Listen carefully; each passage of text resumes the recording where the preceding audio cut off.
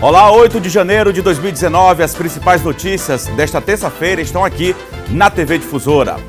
Policial militar suspeito de ter participado de triplo homicídio que aconteceu na zona rural de São Luís foi ouvido na Superintendência Estadual de Homicídios. Violência obstétrica, você sabe o que é? Embora nem todas as mulheres estejam familiarizadas com o assunto, muitas já foram vítimas desse tipo de agressão. Em Imperatriz, Centros de Apoio Psicossocial, os CAPs, são importantes ferramentas na atenção às demandas relacionadas à saúde mental. No esporte, Sampaio apresenta mais 2 reforços, um deles bem conhecido da torcida maranhense. Você vai acompanhar aqui no Bom Dia Maranhão. E ainda, segundo dados da Promotoria da Justiça do Idoso da capital, no ano de 2017 foram registrados 1.781 casos de violência contra a pessoa idosa. Até o mês de novembro de 2018, do ano passado, 2.088 casos já haviam sido registrados, quer dizer, houve aumento. O Bom Dia Maranhão está começando agora.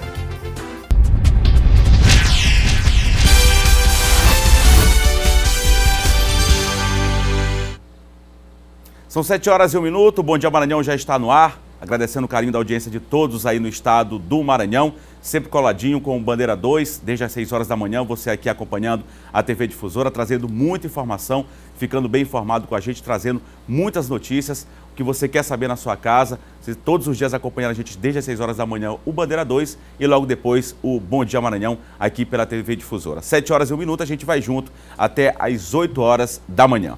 Olha, embora nem todas as mulheres estejam familiarizadas com o assunto, muitas já foram vítimas da violência obstétrica, um tipo de agressão que pode ser física ou verbal, tanto durante o parto quanto no pré-natal. A reportagem é de Aniele Pimentel. Violência obstétrica. Já ouviu falar? O termo assusta e com razão. Muitas mulheres já foram vítimas e nem sabem. A Tatiana, por exemplo, só se deu conta que sofreu este tipo de violência 1 ano após o nascimento da Giovana. Eu fui internada para ter minha bebê no dia 14, um dia antes, de ter minha filha, às 16 horas. E uma das primeiras coisas que eu identifiquei, depois de algum tempo, foi que eu passei 24 horas sem me alimentar dentro do hospital. Não foi oferecida em momento nenhum alimentação ou hidratação naquele momento em que eu estava sentindo dor, em que eu estava sentindo muito desconforto.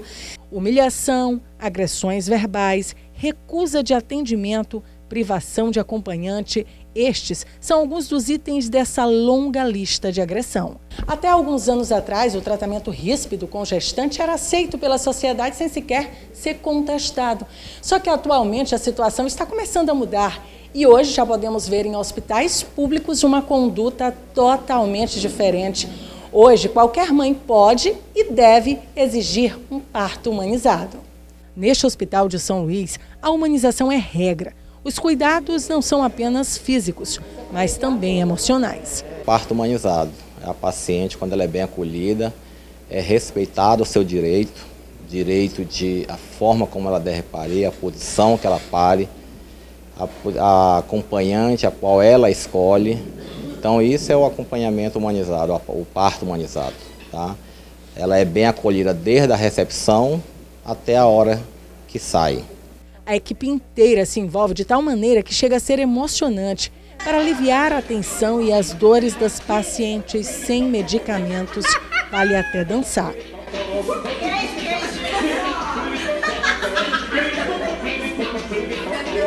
A gente trabalha com essas pacientes para deixá-las mais tranquilas possíveis. A gente sabe que é um momento ímpar para ela, é um momento que ela realmente esperou 40 semanas e ela pretende o quê? Ter um parto mais tranquilo.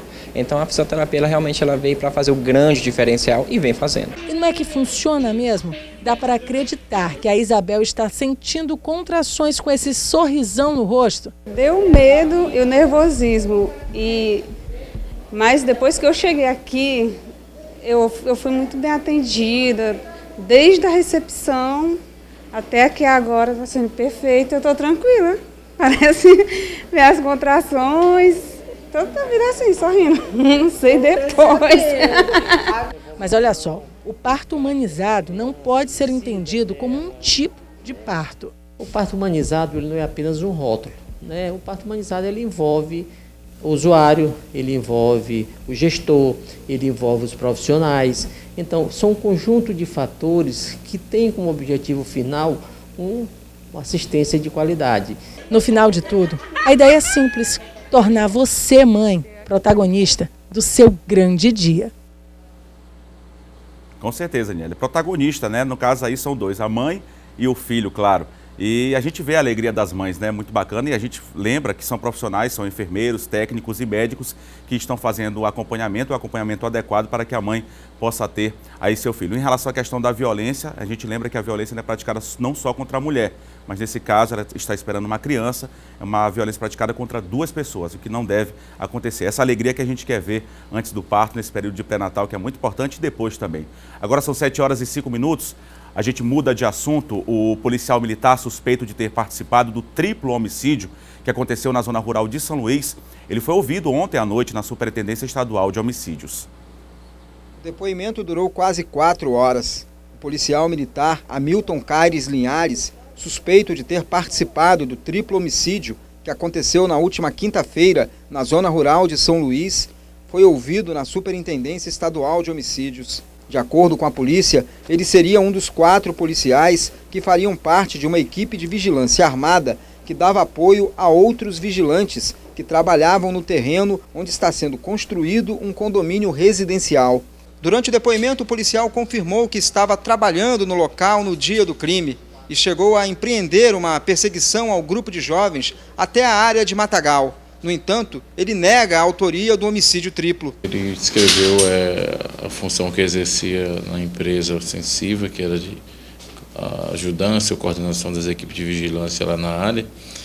Ele trabalhava armado, inclusive com a arma da corporação, e que realmente ele e alguns vigilantes chegaram a perseguir um grupo de jovens no dia 3, foi quinta-feira, mas eles desistiram da perseguição, segundo a versão dele, porque não conseguiram alcançar esses rapazes que entraram no matagal, justamente o matagal onde os corpos foram achados no dia 4 pela manhã.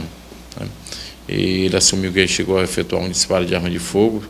Na versão dele, porque se sentiu intimidado ou ameaçado por uma ação dos rapazes, mas que isso foi um disparo para cima e que logo após isso ele cessou a perseguição.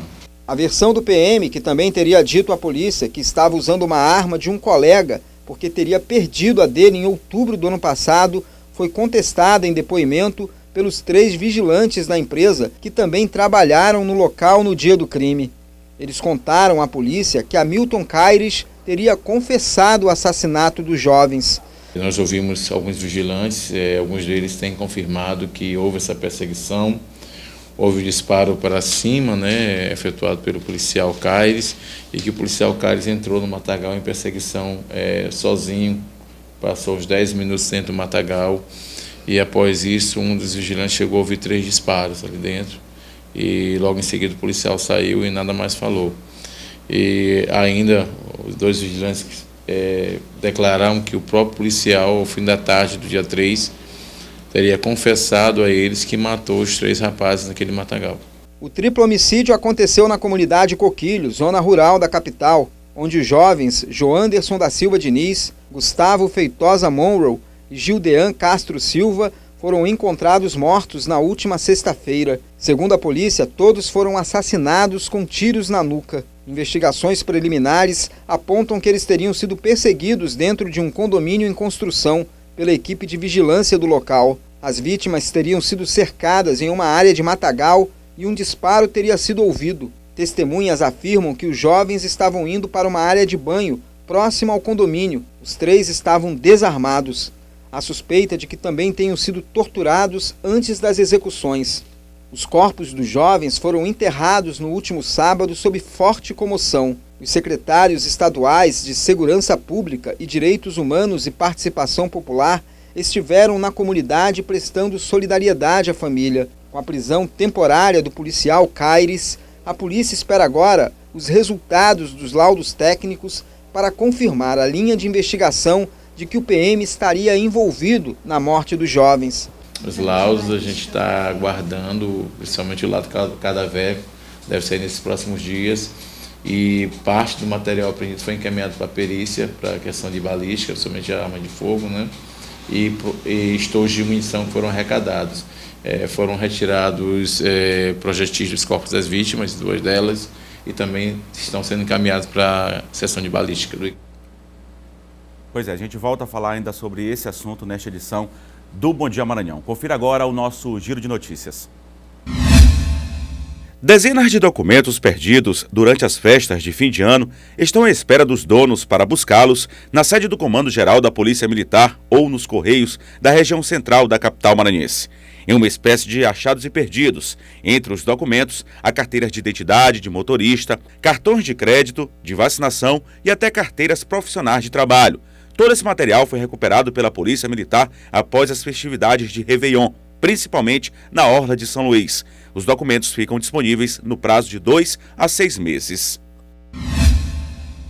O Banco Central divulgou nesta segunda-feira que a caderneta de poupança registrou entrada líquida de 14 bilhões e 600 milhões de reais em dezembro. Este foi o maior ingresso líquido mensal para o mês desde 2017. Em 2018, a poupança registrou captação de 38 bilhões e 260 milhões de reais, o maior resultado anual desde 2013. Já em dezembro do ano passado, os depósitos superaram os saques em 12 bilhões e 220 milhões de reais no Sistema Brasileiro de Poupança e Empréstimo. Foi morto em confronto com a polícia na cidade de Amarante, do Maranhão, a 830 quilômetros da capital maranhense, o homem suspeito de ser o autor dos disparos que mataram em Imperatriz o sargento reformado da Polícia Militar, Joselito Fernandes Marinho. Eduardo Nogueira, o Dudu, era um dos procurados pela polícia, entre os suspeitos de envolvimento no latrocínio que teve como vítima o sargento reformado da PM. O suspeito, segundo policiais, ainda tentou fugir pelos fundos da residência, atirando na direção dos PMs.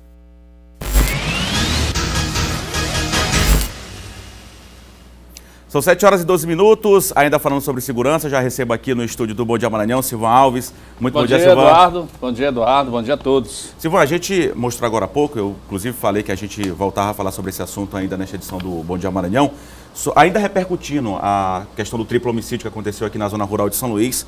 Um policial militar ele foi preso temporariamente, as investigações continuam. Como é que está essa situação agora, Silvão? O policial militar foi preso, ele já foi ouvido, ele permanece preso. A polícia deve ouvir mais pessoas ainda, não é isso? Claro, lógico. Então, além do soldado da Polícia Militar, Milton Caires, o Caires, ele que era lotado na Companhia de Operações Especiais da Polícia Militar do Estado do Maranhão, foram ouvidos também 6 vigias, não é, seguranças que trabalhavam na área. O depoimento deles não foi favorável ao policial, muito pelo contrário. Há uma contradição entre os depoimentos, não é, do policial com o depoimento desses vigias. Para começar, houve um trecho do depoimento do Caires, onde ele diz que a arma dele está desaparecida desde outubro do ano passado, né? Você sabe que para o policial, e principalmente um policial que compõe uma tropa especial, a arma é como se fosse uma vestimenta dele, do dia a dia, a arma dele praticamente instrumento de trabalho dele, né? E aí ele diz que estava operando, inclusive, com uma arma cedida por um outro policial, por um outro colega. Isso é um ponto que o delegado Lúcio Reis, que é o superintendente de homicídio e proteção à pessoa, diz que pode esclarecer com o resultado da balística, que deve sair essa semana, não é? O confronto balístico dos projéteis que foram extraídos aí dos corpos das vítimas poderão confirmar ou não se esse policial está envolvido aí nessa execução. Um outro ponto que também é desfavorável ao Caires, que está com a prisão temporária decretada aí pela Justiça, é o fato dos vigias lá, dessa empresa lá, eles dizem que trabalhavam desarmados. Mas em cada plantão tinha sempre um agente de segurança pública, um agente penitenciário, um policial civil, um policial militar, que estavam lá dando uma espécie de apoio para ele. No dia em que houve esse episódio, isso está lá no depoimento desses vigias, eles disseram que o Caires teria perseguido umas 3 pessoas e que eles teriam ouvido pelo menos 3 disparos lá para a região lá do mato. Um outro trecho do depoimento desses vigias, eles confirmam de que no sábado, conversando por lá, ele teria, né, citado a essas pessoas que teria assassinado esses 3 jovens, né, segundo o relato desses dias. É claro que ele está negando, né, ele nega e veementemente que ele tenha sido o autor do crime, que ele tenha sido o autor dos disparos. Então os laudos, né, irão com certeza ser importantes aí nessa fase de elucidação e de autoria, né, desse crime aí que aconteceu lá na comunidade lá do Mato Grosso, Coquilho, ali naquela região ali da zona rural. Uma coisa está definitivamente esclarecida, foi uma execução, não é? Lá é um trecho de passagem onde os moradores de lá passam, e já havia esse atrito lá com os seguranças, que não queriam que as pessoas passassem lá, porque lá é uma área que dá acesso ao mangue, mangue, onde eles vão pescar e tirar marisco, essa coisa toda. E aí já havia esse atrito aí sob a alegação de que estavam sumindo algumas coisas lá da construção dessa obra lá, o que não justifica, né? Mesmo claro. Que, é claro que nada deponha, pelo menos aí a comunidade lá, todo mundo lá, diz aí que esses meninos do bem, gostavam só de bater uma bola e tal.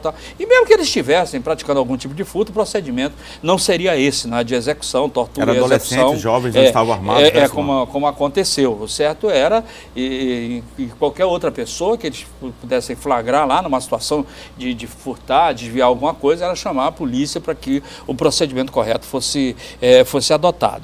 O clima, ontem teve outra manifestação lá, né? Por isso ontem pela manhã, né? Isso, por isso a polícia corre quanto tempo aí? É claro que, como não houve flagrante, houve uma certa demora por causa do final de semana, não é? Que atrapalhou a decretação da prisão de envolvidos. Além do Caires, tem mais 2 ou 3 policiais, né, que também foram citados no depoimento, e é claro que os delegados estão trabalhando, e o secretário de Segurança já deixou claro que cada um vai responder na medida da sua responsabilidade ou da sua participação nesse caso, aí, independente que seja policial ou não. Tá, e as investigações continuam, Simone, como você falou, um ponto importante, esses exames, esses laudos que serão divulgados vão ser muito importantes também na elucidação desse crime. Exato, com certeza. Silvão, uma outra situação aqui que é importante falar e que vem acontecendo já há bastante tempo, que as pessoas devem ter cuidado, foi um roubo à moto que aconteceu. Não sei se houve aí algum tipo de agressão física, um furto à moto, não, mas enfim. A moto estava estacionada lá. Pois acontece muito, é recorrente, né? E agora, antes era muito comum eles chegarem e tomar a moto no assalto mesmo, né? Com arma, agora eles não, eles têm a chave micha, a chave mestra, como eles chamam, chegam, ligam no estacionamento, pessoa lá quando sai que procura a moto num lugar mais limpo. Então isso aconteceu lá na 105, lá da cidade operária, o indivíduo chegou lá, olhou para um lado, olhou para o outro, e interessante que mesmo sem moto ele já sai com capacete, dá certeza que ele vai botar. O próprio bandido já sai com capacete, né? Aqui metido. Ele vai achar uma moto para levar. Pois ele lá, ó, já com capacete. Que ele vai achar uma moto para levar, né? Ele vai achar uma moto para levar, com certeza. Ele é bastante otimista, viu? Aí saiu, procurou. Isso aconteceu na cidade operária, né, senhor? Isso é como se você estivesse lá na 105, quando estivesse olhando, olhou para casa lá e já visualizou a moto que está ali na calçada. Né? Eu acho que ele deve estar verificando se não está passando nenhuma tipo de viatura, se tem alguém olhando, né? Agora sim, né? Ele já vai, ó, na maior tranquilidade. Aí. A moto provavelmente estacionada na porta da casa do proprietário, né? Um amigo, ele estava na casa de um amigo, o proprietário da moto. Isso aí foi no dia 1º. E aí, quando não vai imaginar que vai ter a moto levada, né? Lógico. E de dia, né? Em plena luz do dia. Isso. O cara tem muita coragem ali. Chegou, botou o capacete tranquilo e tal. E aí já vai, sobe na moto ali e leva a moto do cidadão, que até hoje não foi encontrada, não foi localizada. Essa moto não foi localizada? Não. O detalhe é que também esse indivíduo aí, ele pode ser autor de vários furtos de moto, né? Que isso, como você falou, você frisou, tem sido muito recorrente. Olha lá. Inclusive, ele olhou para a câmera, já está de posse das imagens, a polícia vai trabalhar agora para tentar apreendê-lo. Fora essa questão da chave micha, né, da chave mestra, tem também a questão dos alarmes também, que são muito usados pelos bandidos. Quando a pessoa chega e estaciona seu veículo, ela aperta o alarme, o bandido já está com também um aparelho que consegue destravar ou bloqueia isso. Para que o veículo não seja travado e ele possa justamente levar o veículo. Leva o carro da pessoa, exatamente. Tem crescido muito esse tipo de crime aqui na capital. E já hoje pela manhã, o Major Marcelo, que é o comandante lá do 6º Batalhão, diz que a polícia já está no encalço, porque tem outros casos onde esse mesmo indivíduo aí aparece levando motos para tentar localizá-lo e prendê-lo. Tá ok, Silvão. Obrigado pela sua participação mais uma vez aqui no Bom Dia Maranhão. Bom dia, Eduardo. Bom dia a você, bom dia a todos. Valeu, Silvão. Obrigado, bom dia. Agora são 7h19. No próximo bloco, em Imperatriz, Centros de Apoio Psicossocial, conhecidos como CAPS, são importantes ferramentas em relação às demandas em saúde mental. E mais, dados da Promotoria da Justiça do Idoso da capital apontam que 73% dos casos envolvendo idosos registrados estão relacionados à violência. Aqui no estúdio eu vou conversar com o promotor José Augusto Cutrim Gomes, que é promotor do idoso da capital. Agora são 7 horas e 20 minutos. O Bom Dia Maranhão volta já.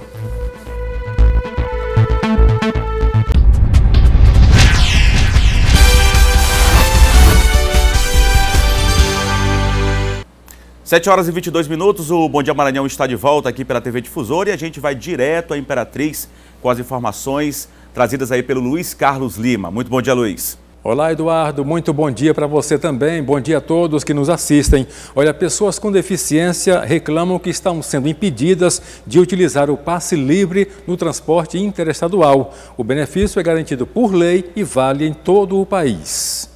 A comunidade surda de Imperatriz informou que as empresas de ônibus não estão disponibilizando o passe livre nas passagens interestaduais. O Isaías, com a ajuda do intérprete Tiago, explica. Aqui o problema maior é a falta de respeito. Também falta de comunicação, né? Tem a lei, já a legislação, as empresas são obrigadas a ter acessibilidade para a pessoa deficiente. Essa agência, ao ser procurada sobre a disponibilidade de vagas por meio do passe livre, informou que tinha, mas não é sempre assim. O principal problema é a falta de comunicação. De acordo com os usuários, as agências alegam que só há passagens em determinados dias, mas quando eles chegam nesses dias para comprar as passagens, são informados que não há vagas. 2 semanas atrás, um amigo meu veio aqui, né, que mora em São Luís, eu vim junto com ele. E era domingo. Então ele precisava ir embora para trabalhar na segunda-feira, né? E aqui a empresa fala que não tinha vaga, né? Só na próxima quarta-feira. Aí como assim? Vai perder tempo no trabalho? Vai faltar no trabalho, né?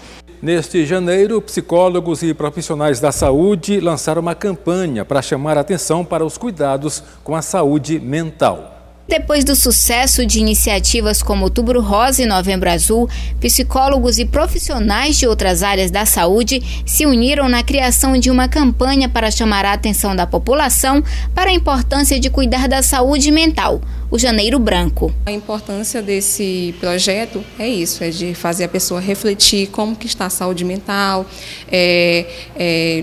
cuidados, né, como a prática de atividade física, como estar bem com o corpo e a mente. Em Imperatriz, os Centros de Apoio Psicossocial, conhecidos como CAPS, são importantes ferramentas em relação às demandas em saúde mental. O principal objetivo do movimento consiste em fortalecer essa importante rede de atendimento público e social relacionada à saúde mental. A gente sabe que a saúde mental é importante para todas as faixas etárias, né? Então, é uma atividade que compreende toda a rede de saúde mental, desde o CAPS infantil até o CAPS 3, né? Isso quer dizer que envolve todas as idades, desde crianças até a faixa etária mais velha, né? Os idosos. Eram essas as informações aqui da região Tocantina. Eduardo, a gente volta com você aí no estúdio. Obrigado, Luiz. Um grande abraço a todos aí no município de Imperatriz, na região Tocantina. Agora são 7 horas e 26 minutos. E segundo dados da Promotoria da Justiça do Idoso da capital, no ano de 2017, foram registrados 1.781 casos de violência contra a pessoa idosa. Até o mês de novembro de 2018, do ano passado, 2.088 casos já haviam sido registrados, quer dizer, um salto no número de ocorrências. Outro dado lamentável é que 73% dos casos estão relacionados à violência, ou seja, a grande maioria. Para falar sobre esses números, estamos recebendo o José Augusto Cutrim Gomes, que é promotor do idoso aqui na capital. Muito bom dia, promotor. Bom dia, Eduardo. Bom dia a todos que nos assistem. Promotor, pelo que a gente pôde acompanhar aqui, o ano de 2018 ainda não foi fechado, o ano passado, só que só até novembro já haviam sido registrados 2.088 casos, contra todo o ano de 2017, 1.781. Quer dizer, só até novembro o número já havia ultrapassado todo o ano de 2017. O que pode ser feito, o que está sendo feito, na verdade, para tentar minimizar, coibir essa questão da violência, que a gente sabe que é muito complicado, como a gente mostrou aqui, a grande maioria acontece na própria família, mas o que pode ser feito para tentar reduzir e que tipo de auxílio está sendo dado para essas pessoas que são vítimas da violência? Bom, agradecer o convite. É importante enfatizar de início que o Brasil é um país que está envelhecendo e envelhecendo muito rápido. É considerado idoso quem tem a partir de 60 anos ou mais. E o que está acontecendo com esses números, com esses dados, é porque está sendo dado maior visibilidade a este problema que estava aí encoberto da nossa sociedade. Programas como o seu e demais canais de televisão e da imprensa em geral vem enfatizando essa temática que está sendo uma realidade em nosso país, em especial em nosso estado. Esse era um tipo de violência que ficava intramuros, ficava obscuro, até porque, na sua grande maioria, ocorre dentro do próprio seio familiar, e haveria uma grande dificuldade em fazer essas denúncias, seja pela própria vítima, no caso idoso, que geralmente é um pai, um avô, ou próprio dos vizinhos que tinham medo de expor e saber as represálias.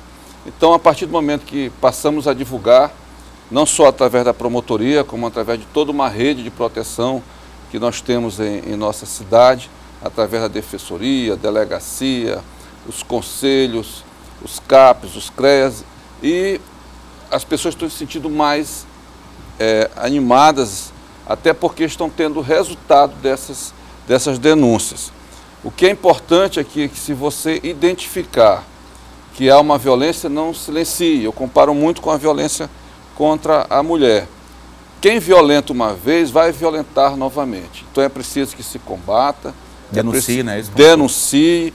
Nós agimos de algumas frentes, uma delas é através de nossos estudos sociais, assim que sabemos, nós levantamos a vida social dessa pessoa, não ficamos limitados somente ao tipo de violência, mas procuramos levantar toda a vida daquela pessoa para que ela tenha uma proteção integral. E como o senhor disse, é uma rede que trabalha, não é só a promotoria do idoso, é toda uma rede que dá amparo para essas vítimas, não é isso? Nós temos a rede de proteção ao idoso, que funciona muito bem em nossa cidade.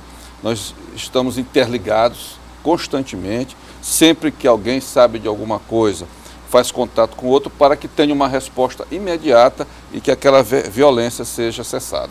Tá, promotor Augusto, a gente tem aqui uma cartela que a gente vai acompanhar para mostrar inclusive para o nosso telespectador sobre os dados relacionados aqui à violência contra a pessoa idosa, para se ter uma ideia do crescimento que vem acontecendo, como o senhor disse, até mesmo por conta das denúncias que vêm sendo feitas com mais frequência.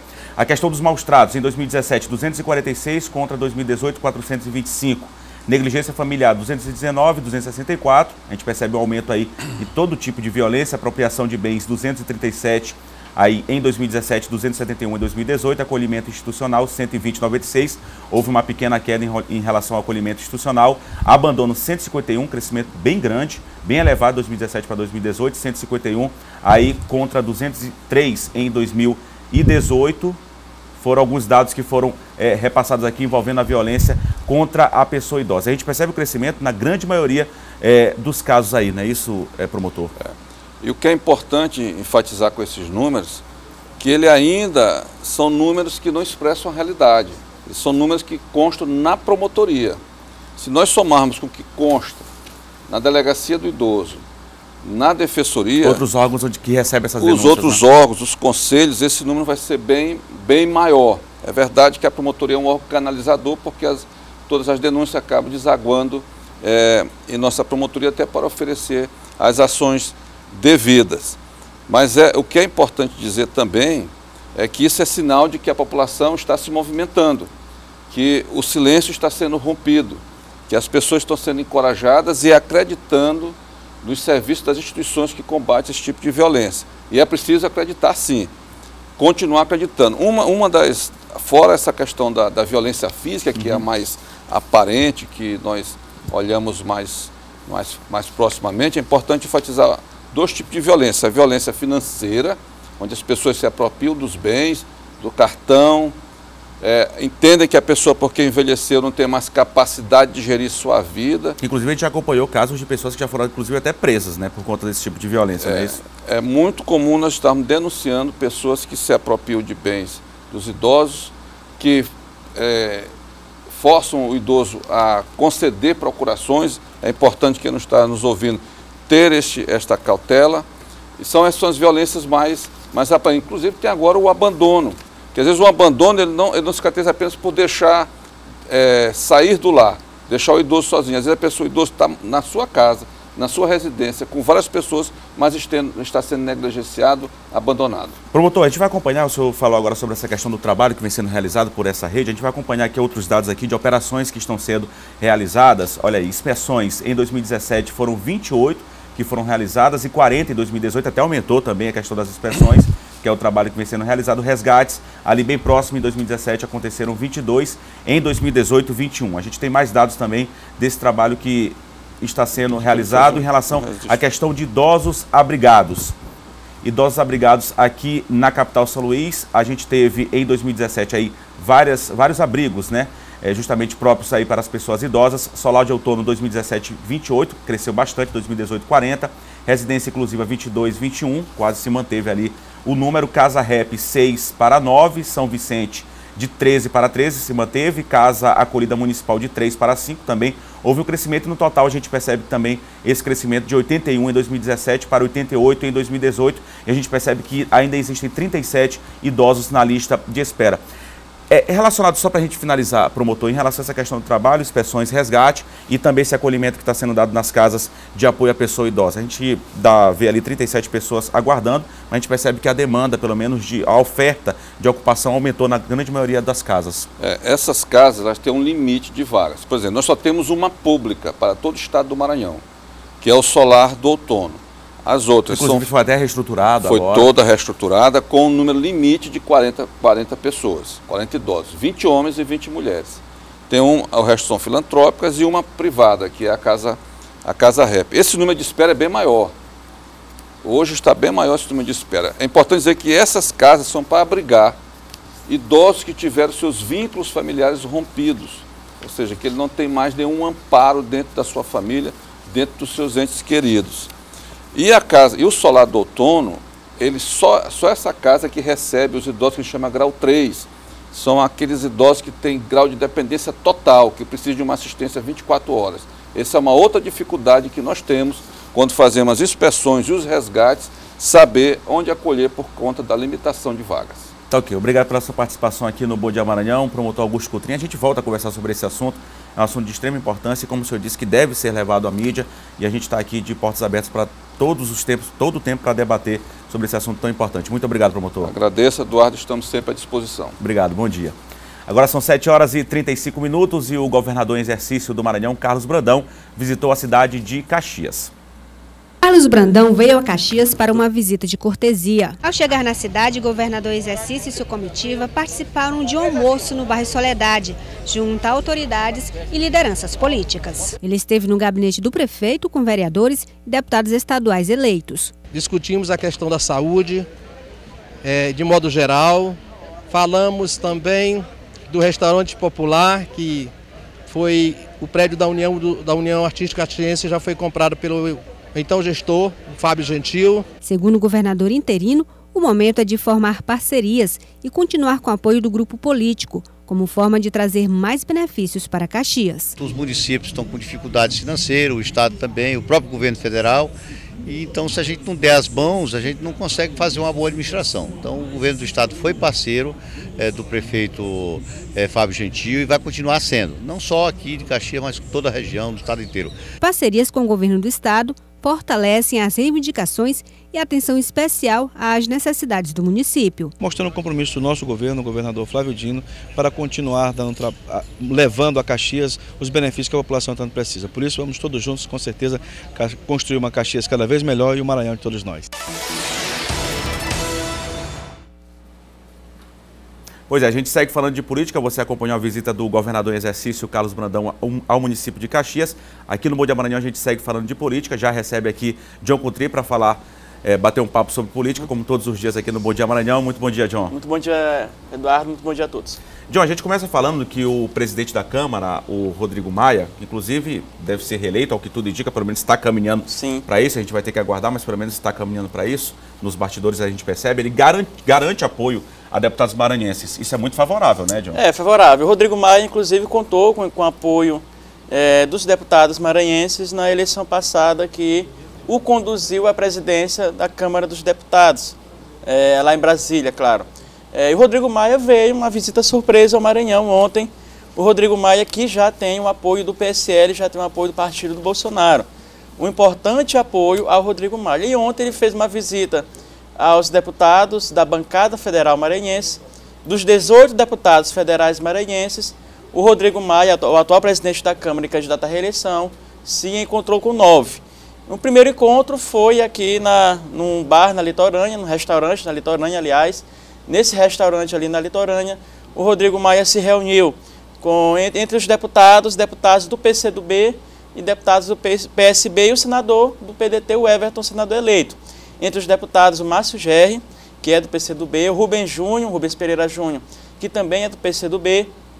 Tivemos também os deputados Kleber Verde, Juscelino, que é do DEM, os deputados Eduardo Bright também, presente nesse almoço ali com o Rodrigo Maia. Vários partidos representados, né? Vários partidos representados. O Bira do Pinaré, o Bira do Pinaré também, o Juiz Marreca Filho também presente, ou seja, vários deputados PRB, novos. Kleber Verde, PCdoB, o Márcio Gerri, Rubens Pereira Júnior. Ou seja, todos ali, vários deputados presentes. E um detalhe interessante, que nessa reunião, claro que não foi aí já selado o apoio, mas tudo indica porque esses partidos, PCdoB, PDT, PSB, estão no outro bloco, talvez apoiando uma outra candidatura na Câmara Federal. Mas aqui no Maranhão, inclusive na eleição passada, eles contaram com o apoio desses partidos aqui no Maranhão, do PCdoB e do PDT, que apoiaram o Rodrigo Maia. O Rodrigo Maia, presidente da Câmara, tem uma relação muito sólida, muito próxima com o senador Everton, com o próprio Juscelino aqui, que é do partido dele, o Democratas, ou seja, ele já veio aqui ao Maranhão diversas vezes, declarou apoio ao governador Flávio Dino, e inclusive iria se reunir com o governador Flávio Dino, se o governador Flávio Dino está de férias. Mas depois dessa reunião ali com a bancada federal maranhense, o presidente da Câmara, Rodrigo Maia, também fez uma visita ao ex-senador José Sarney. E nesse encontro com o Sarney, presente o deputado Aloysio, que não estava no primeiro encontro, nesse encontro da bancada, mas se fez presente ali na reunião na casa do Sarney. Interessante que o Rodrigo Maia fez um gesto importante mais uma vez para os aliados do governador Flávio Dino, para esses partidos aí, aliados ao governador Flávio Dino. Tanto é que ele se reuniu primeiro com a bancada federal, com esses deputados, depois que ele foi ali na casa do ex-senador Zé Sarney, e iria primeiro até visitar o governador Flávio Dino Passo dos Leões. Ou seja, já é uma nova política, diferente das vezes passadas, quando qualquer político que vinha no Maranhão, que pudesse vir no Maranhão, tinha que primeiro ir visitar o ex-senador Zé Sarney, se lembra disso? Primeiro bater pão na casa do Zé Sarney para depois visitar outros políticos.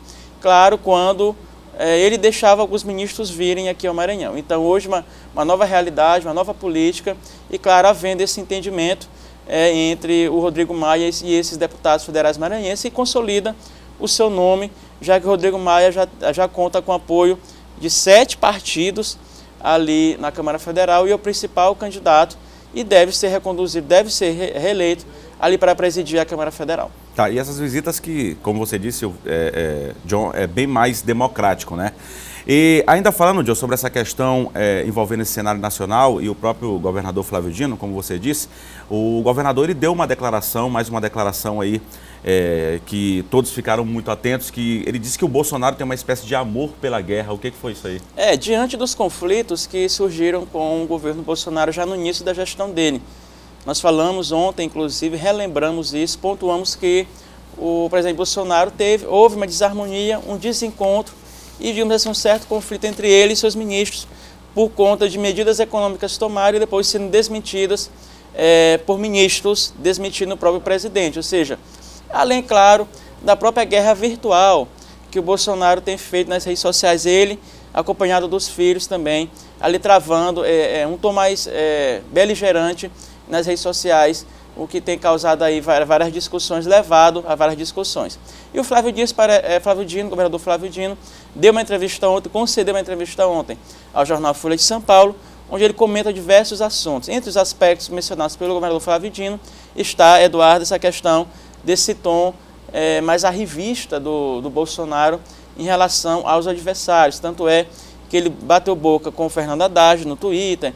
Os ministros e os filhos dele vivem discutindo aí nas redes sociais, ou seja, criando um clima aí não muito bom, um clima de instabilidade. O governador Flávio Dino também assinalou, Eduardo, sobre a relação que ele terá com o presidente eleito Bolsonaro, o presidente da República, Jair Bolsonaro.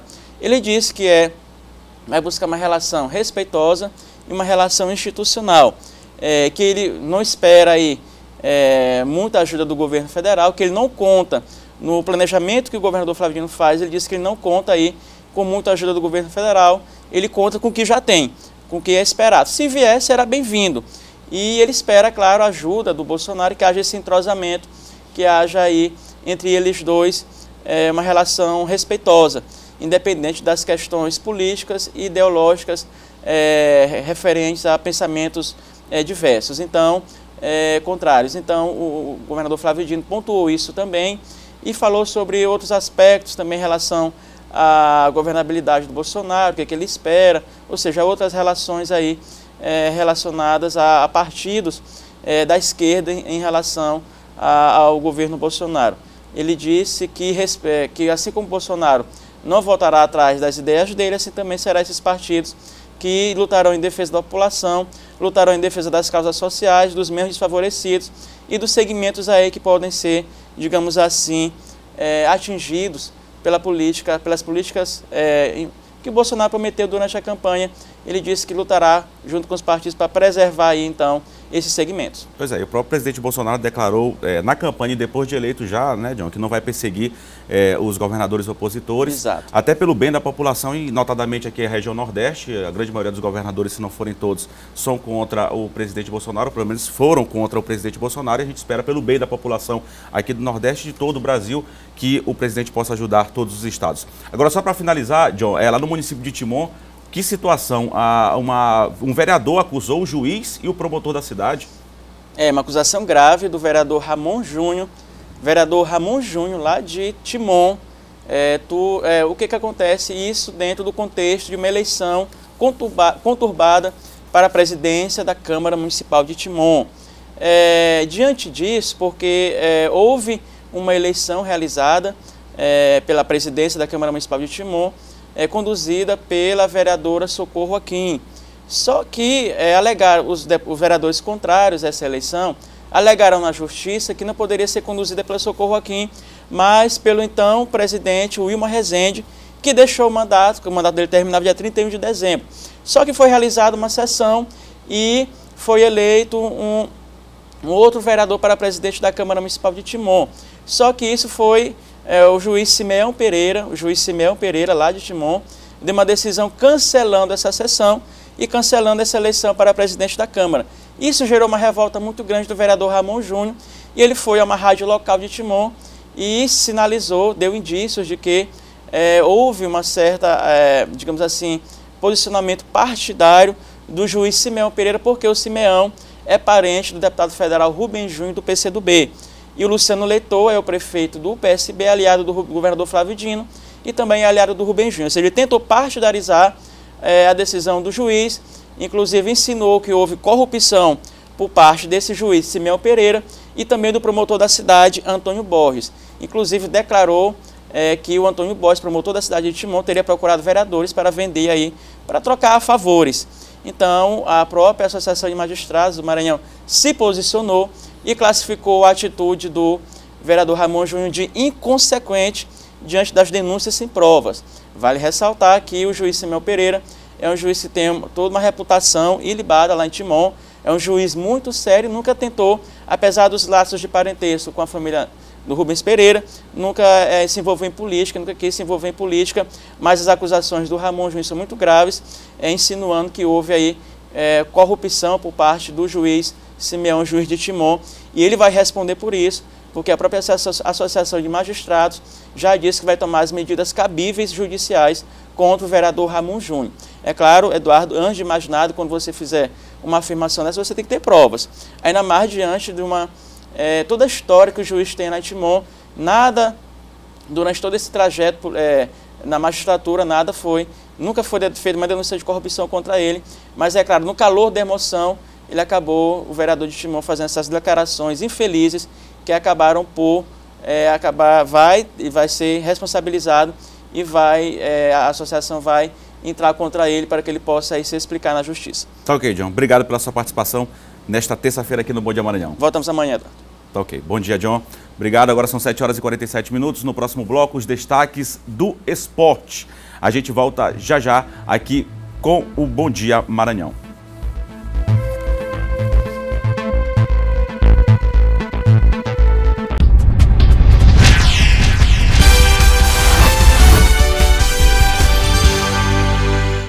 Bom Dia Maranhão de volta e acontecerá logo mais no auditório do Palácio Henrique de La Rocque uma reunião para a apresentação do novo formato de atuação da Força Estadual de Saúde aqui no estado do Maranhão, a FESMA.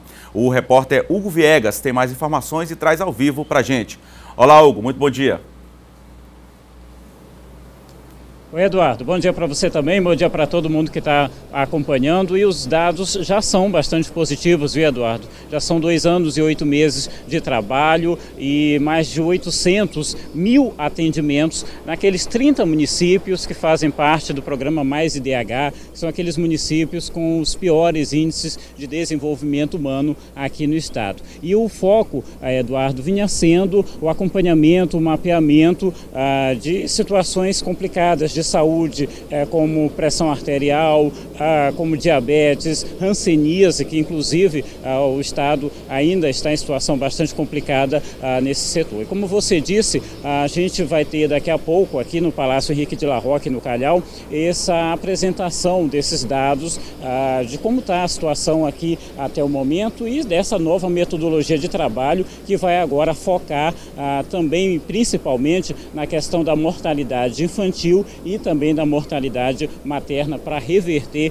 também esses dados, essa situação nesses 30 municípios que fazem parte aí desse programa. Vão participar aqui dessa solenidade, dessa apresentação de dados, o governador em exercício, Carlos Brandão, além das 120 pessoas que fazem parte dessas equipes, que atuam no interior do estado, e também de secretários como de saúde, o Carlos Lula, e também de direitos humanos e participação popular, o Chico Gonçalves. Eduardo.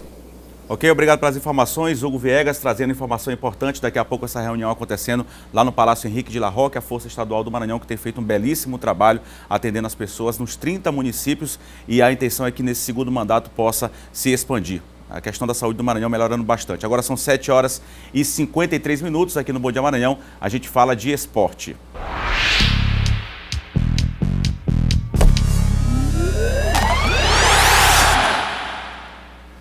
E participa comigo o Lécio Júnior, vem para cá, Lécio, muito bom dia. Bom dia. Lécio, a gente começa falando de mais 2 reforços. Na verdade, eles já haviam sido até anunciados, mas ontem foram apresentados pelo Sampaio Corrêa, um bastante conhecido da torcida maranhense. Né? Tá na área, chegou a fera, chegou a fera. Eu fico muito feliz porque eu sempre defendi que esse jogador merecia uma oportunidade numa das grandes equipes do futebol maranhense. Tomara que ele tenha realmente a oportunidade, que no Moto ele não foi muito aproveitado, foi praticamente renegado a segundo plano. Eu tô falando do Ulisses, que foi apresentado ontem pelo presidente do Sampaio Corrêa, Sérgio Frota, em companhia também do outro reforço que foi o Rafael Vinícius, jogadores que chegam para reforçar a Bolívia querida, já se incorporaram aos treinamentos realizados pela equipe do Sampaio Corrêa lá no CT José Carlos Macieira e tem tudo para brilhar nessa atual temporada. O Rafael, que está aí do lado esquerdo do seu vídeo, ao lado do presidente que está no meio, o Sérgio Frota, ele estava lá no Fluminense de Feira. O Ulisses dispensa comentários, já participaram desse treinamento que foi realizado no campo principal de treinamento da Bolívia querida e agora vão estar juntos ao elenco tricolor que vai disputar a Copa do Nordeste, tem o Campeonato Maranhense, entra na fase principal da Copa do Brasil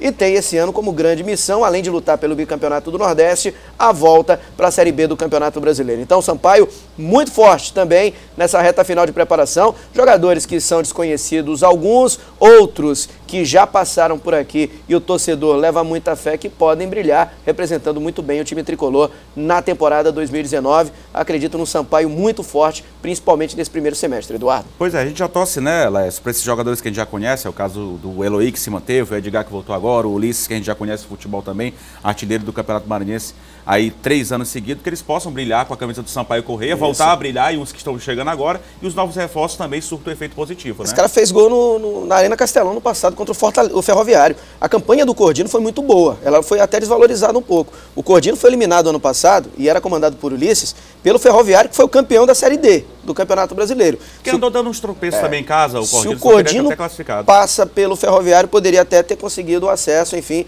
o Ulisses tem a grande oportunidade da carreira, um jogador de 35 anos, mas que tem muito ainda a brilhar. Mac também se reforçando, não é isso, Laércio? Mac também se reforçando, tem atacante na área do Maranhão Atlético Clube, hein? O Maranhão pensando grande. Trata-se de Luiz Felipe, ele vem para o lugar do Cris. O Cris foi o primeiro jogador a ser contactado, é aquele atacante que jogou no Imperatriz. Como o Cris demorou a chegar em São Luís, o Maranhão agiu rápido e contratou o Luiz Felipe. O Luiz Felipe é conhecido, jogou no São José de Ribamar, esteve na equipe do Santa Quitéria, já passou por algumas equipes também do futebol da região meio norte do Brasil, lá no Piauí. Ele já jogou o campeonato do estado do Piauí e é a grande aposta do MAC para esta temporada, o atacante Luiz Felipe. Boa sorte para ele, já está trabalhando, treinando desde ontem.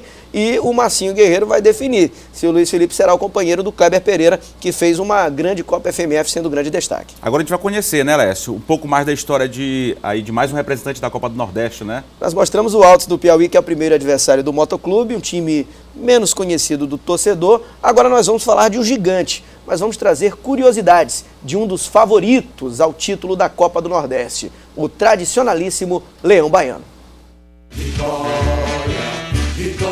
Esporte Clube Vitória, fundado em 1899. Cidade, Salvador, capital do estado da Bahia. Mais de 2.800.000 habitantes. Cores, vermelho e preto. Por isso chamado de rubro-negro baiano. O mascote é o leão. O estádio, Manuel Barradas, o Barradão, com capacidade para 35.000 pessoas. Um clube centenário, com uma das mais lindas histórias de conquistas entre os grandes do Nordeste. O Vitória foi o primeiro time fundado apenas por brasileiros. Antes dele, todos tiveram a participação de estrangeiros. Quando o assunto é Copa do Nordeste, estamos falando de um tetracampeão. O Vitória já levantou a taça da região em 1997, 1999, 2003 e 2010. No ano passado caiu nas quartas de final eliminado pelo Sampaio Correia, que seria o campeão. Além do tetra nordestino, o Vitória coleciona 29 títulos baianos. Esse ano o Vitória começa tentando se recuperar de um baque dolorido. O time foi rebaixado para a Série B no ano passado e passa por uma grande reformulação. Alguns destaques da última temporada estão saindo. É o caso do volante William Farias, anunciado pelo São Paulo. A tarefa de comandar o rubro-negro em 2019 será de Marcelo Chamusca. O desafio ele é muito grande, mas a oportunidade e a visibilidade é proporcional ao desafio que nós vamos enfrentar. A gente tem toda a condição de mudar um pouco essa história. Primeiro, montar uma equipe competitiva e depois, na sequência, conseguir os resultados que a gente precisa para recolocar o Vitória no caminho de títulos e o acesso, que diríamos que é a cereja do bolo. Quem está chegando a pedido do treinador é o atacante Andrigo. O Vitória está no grupo A da Copa do Nordeste e estará no caminho de um maranhense, pelo menos 2 vezes. Dia 19, em Salvador, pela Copa do Nordeste, e em fevereiro, em São Luís, pela Copa do Brasil. 2 confrontos contra o Motoclube. Vitória pintando, time forte, mesmo tendo sido rebaixado. Agora um detalhe interessante, esses times do Nordeste, de Bahia, Ceará e Pernambuco, quando caem, demoram um tempo para se estruturar. O Moto tem totais condições de vencer o Vitória, tanto no confronto do Nordeste, quanto no confronto da Copa do Brasil. E vamos torcer, claro, pelo Moto. Valeu, Laércio, um abraço. Um abraço, Eduardo. Até amanhã. E o Bom Dia Maranhão fica por aqui. A gente agradece aí a audiência de todos. Mais informações você pode acompanhar no nosso portal ma10.com.br. A todos, uma ótima terça-feira. A gente está de volta amanhã. Espero todos vocês a partir das 7 horas da manhã aqui na TV Difusora com o Bom Dia Maranhão. Até lá.